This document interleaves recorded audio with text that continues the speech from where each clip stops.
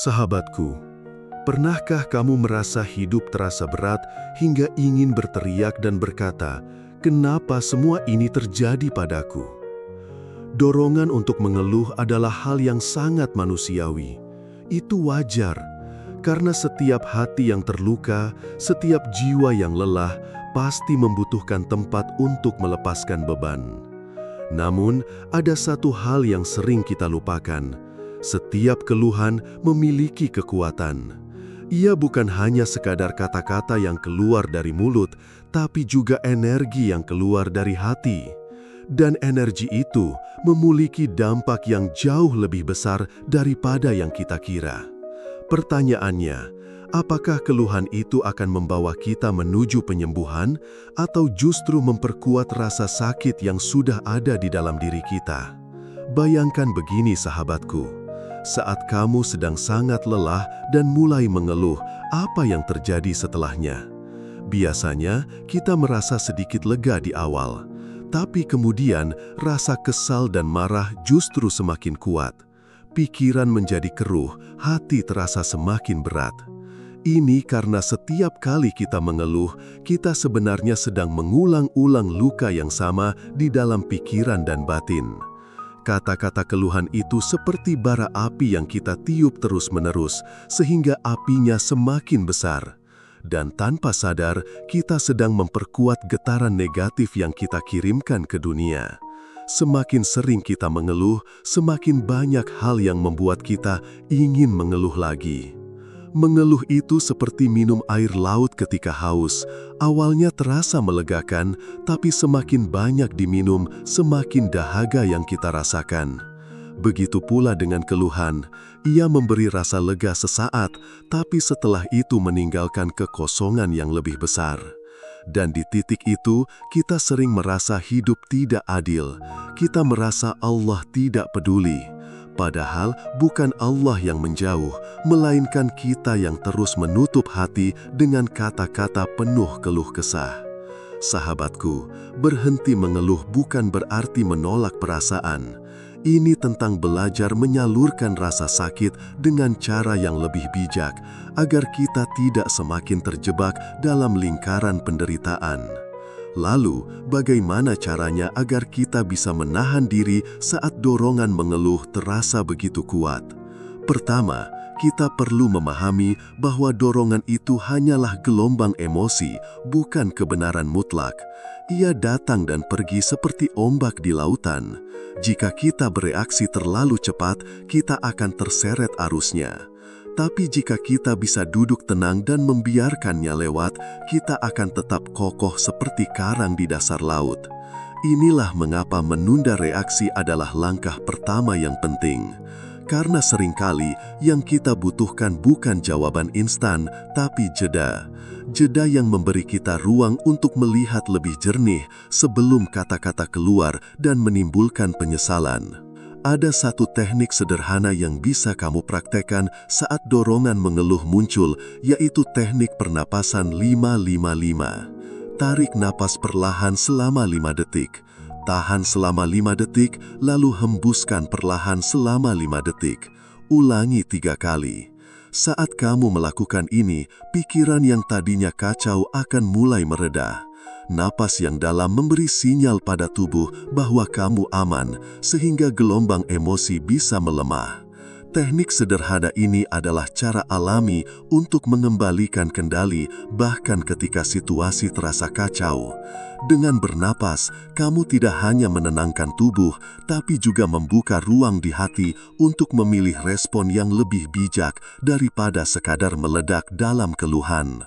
Langkah kedua adalah menunda keluhan dengan menggunakan timer sederhana. Saat kamu ingin mengeluh, jangan langsung mengucapkannya. Katakan pada dirimu sendiri, "Aku akan menunggu 5 menit sebelum bicara." Lalu, nyalakan timer. Selama waktu itu, lakukan apapun yang bisa menenangkanmu. Tarik napas, duduk diam, atau sekadar memejamkan mata. Seringkali, dalam 5 menit itu, dorongan untuk mengeluh akan melemah dengan sendirinya. Dan jika setelah 5 menit kamu masih ingin bicara, kata-katamu biasanya akan lebih tenang dan penuh kesadaran. Teknik ini sederhana tapi sangat efektif untuk memutus rantai reaksi yang sering kita sesali kemudian. Langkah ketiga, setelah emosi mereda, ambil buku atau ponselmu dan tuliskan 3 hal baik yang masih kamu miliki saat ini. Ini mungkin terdengar sepele, tapi kekuatannya luar biasa. Ketika kita fokus pada hal yang masih ada, kita menghentikan kebiasaan memandang hidup hanya dari kekurangannya.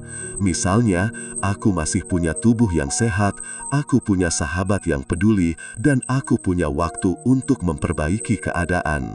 Dengan menuliskannya, kamu mengubah arah energi dari negatif menjadi positif. Perlahan, rasa syukur akan menggantikan keinginan untuk mengeluh, dan dari rasa syukur itulah kekuatan untuk menghadapi hidup akan tumbuh kembali. Bayangkan suatu malam, kamu baru pulang kerja. Badan letih, hati penuh sesak karena tekanan di kantor. Kamu ingin segera meledak, menceritakan semua rasa kesal itu pada pasangan atau keluarga. Dalam momen seperti ini, biasanya keluhan keluar tanpa filter. Tapi, disinilah teknik ini diuji. Sebelum membuka mulut, tarik nafas dalam selama 5 detik.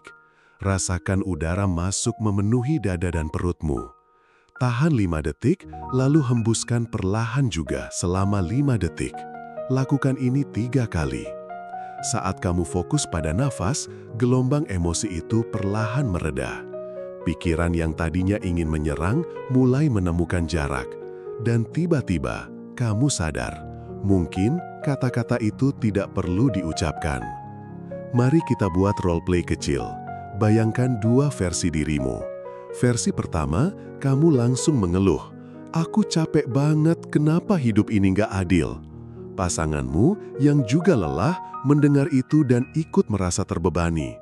Malam yang seharusnya jadi waktu pulih berubah menjadi ladang emosi yang kacau. Versi kedua, kamu berhenti sejenak, menarik nafas 5-5-5, lalu berkata, "Hari ini melelahkan, tapi aku bersyukur kita bisa makan malam bersama." Bedanya terasa bukan? Kata-kata yang kamu pilih menentukan arah percakapan. Mengeluh itu seperti percikan api, sementara ucapan syukur adalah air yang menenangkan. Teknik berikutnya sederhana tapi kuat. Timer menunda keluhan. Ketika dorongan untuk mengeluh datang, jangan langsung ucapkan. Ambil ponselmu, setel timer selama 5 menit. Katakan pada dirimu, aku akan menunggu 5 menit sebelum bicara. Dalam 5 menit itu, lakukan nafas 5-5-5 atau berjalan perlahan di sekitar ruangan. Ajaibnya, seringkali dalam 5 menit itu, intensitas emosimu sudah turun. Apa yang tadinya terasa mendesak untuk diucapkan, kini tak lagi terlalu penting. Ini bukan menekan emosi, tapi memberi jeda agar emosi tak mengendalikanmu. Langkah ketiga, tulis 3 hal baik. Ketika keluhan memenuhi kepalamu, buka buku kecil atau aplikasi catatan. Tuliskan 3 hal baik yang masih kamu miliki hari ini, sekecil apapun. Misalnya, aku masih punya waktu untuk istirahat, atau aku bersyukur ada seseorang yang mendengarkanku. Dengan menuliskannya, fokus pikiranmu bergeser. Kamu tak lagi terjebak dalam kekurangan dan rasa tak adil, tapi mulai melihat apa yang sebenarnya berjalan baik. Ini bukan sekedar latihan bersyukur, tapi cara untuk mengalihkan energi dari keluhan menjadi kekuatan. Mari gabungkan ketiga teknik ini dalam sebuah alur nyata. Kamu pulang kerja penuh amarah. Pertama, lakukan nafas 5-5-5 3 kali. Kedua, setel timer 5 menit untuk menunda ucapan. Ketiga, selama menunggu, tuliskan 3 hal baik yang masih kamu rasakan. Setelah itu, evaluasi kembali. Apakah kamu masih ingin mengeluh? 8 dari 10 kali, jawabanmu akan berubah. Kamu mungkin masih ingin bicara, tapi kini dengan nada lebih tenang, penuh kesadaran. Inilah momen ketika keluhan berubah menjadi percakapan yang membangun. Role play lagi. Versi pertama, kamu langsung berkata, "Kenapa kamu nggak pernah peduli sama aku? Aku capek banget, semua ini nggak adil." Lalu, suasana memanas. Versi kedua, setelah latihan 3 langkah tadi, kamu berkata, "Aku tadi merasa marah dan capek, tapi setelah menenangkan diri, aku juga ingin mendengarmu. Bisa kita bicara pelan-pelan?" Bayangkan perbedaan hasilnya. Versi pertama menambah luka, versi kedua justru menciptakan ruang penyembuhan. Mengeluh yang ditunda seringkali berubah menjadi dialog yang menyembuhkan. Sahabat sentuhan hati nurani, teknik ini bukan tentang memaksa dirimu jadi kuat, bukan pula tentang berpura-pura baik-baik saja. Ini tentang menciptakan jeda di antara rasa dan kata. Jeda yang sederhana namun penuh keajaiban. Dalam jeda itu, kamu punya pilihan melempar api atau memberikan air. Mengeluh mungkin terasa melegakan sesaat, tapi seringkali ia meninggalkan bara. Dengan latihan ini, kamu belajar bahwa kekuatan sejati bukanlah pada kata yang keluar, tapi pada kesadaran yang memilih kapan dan bagaimana kata itu diucapkan. Banyak orang merasa bahwa menahan keluhan sama dengan memendam emosi. Padahal, ini berbeda. Memendam emosi berarti membiarkannya mengendap di dalam hati, seperti air kotor yang dibiarkan tergenang.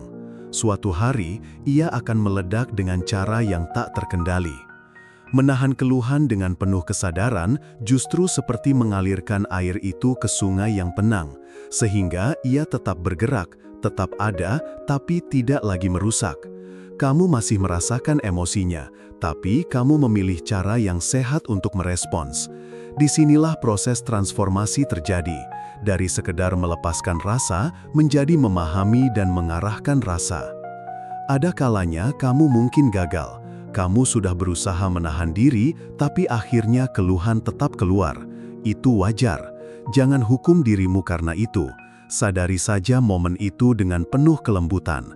Setelah tenang, refleksikan apa yang memicu ledakan itu.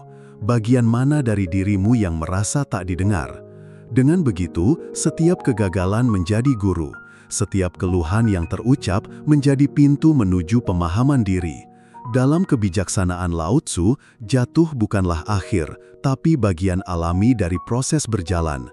Yang penting bukan seberapa sering kamu jatuh, tapi seberapa sering kamu kembali berdiri dengan kesadaran yang lebih dalam. Di titik ini, kamu mulai melihat pola. Setiap kali keinginan untuk mengeluh muncul, ia sebenarnya membawa pesan tersembunyi. Bisa jadi, rasa lelahmu sebenarnya adalah tanda bahwa kamu butuh istirahat. Bisa jadi, rasa kecewamu adalah panggilan untuk menetapkan batas yang lebih jelas dalam hubungan. Dengan memperlambat respon dan tidak langsung mengeluh, kamu memberi dirimu ruang untuk mendengar pesan itu. Mengeluh hanya membuang energi, sementara memahami pesannya mengubah energi menjadi kekuatan yang menuntunmu pada pertumbuhan dan kedewasaan. Sahabatku, latihan ini akan terasa sulit di awal. Kamu mungkin tergoda untuk kembali pada kebiasaan lama, mengeluh, menyalahkan, atau meledak. Tapi setiap kali kamu memilih menahan diri dan mengambil jeda, kamu sedang membangun otot kesabaran. Sama seperti melatih tubuh, butuh waktu dan konsistensi. Jangan harap hasil instan. Justru dalam proses yang lambat ini, kesadaranmu tumbuh. Kamu akan mulai merasakan kedamaian yang sebelumnya tak pernah kamu kenal. Bukan karena masalah hilang, tapi karena cara pandangmu berubah. Bayangkan dunia di mana orang-orang memilih untuk berhenti sejenak sebelum mengeluh. Dunia di mana percakapan lebih banyak diisi dengan pemahaman, bukan hanya keluhan. Kamu mungkin tidak bisa mengubah semua orang, tapi kamu bisa memulai dari dirimu sendiri. Dan perubahan itu menular. Saat orang di sekitarmu melihat ketenanganmu, mereka akan ikut terinspirasi. Keluhan yang dulu menjadi kebiasaan keluarga atau lingkunganmu perlahan digantikan dengan percakapan yang penuh cinta. Dari satu langkah kecil, tercipta gelombang kebaikan yang jauh lebih besar dari yang bisa kamu bayangkan. Sebelum kita akhiri video ini, aku ingin mengajakmu untuk mencoba latihan sederhana ini selama 7 hari ke depan. Setiap kali dorongan untuk mengeluh datang, tarik nafas 5-5-5, tunda 5 menit, lalu tulis 3 hal baik. Catat pengalamanmu, perhatikan perubahan kecil yang terjadi dalam dirimu. Aku juga ingin mendengar ceritamu di kolom komentar, karena mungkin ceritamu bisa menguatkan sahabat lain yang sedang berjuang. Jangan lupa untuk menyimpan video ini di playlist, supaya kamu bisa mengulanginya saat hari terasa berat. Dan tentu saja, klik like dan subscribe agar kita bisa terus tumbuh bersama dalam kesadaran. Aku berdoa untukmu sahabatku, semoga hatimu diberi kekuatan untuk menahan kata-kata yang bisa melukai. Semoga lidahmu hanya mengucap hal yang membawa kedamaian. Semoga setiap keluhan yang tertahan berubah menjadi doa, dan setiap rasa sakit menjadi pelajaran yang memperdalam cintamu kepada hidup.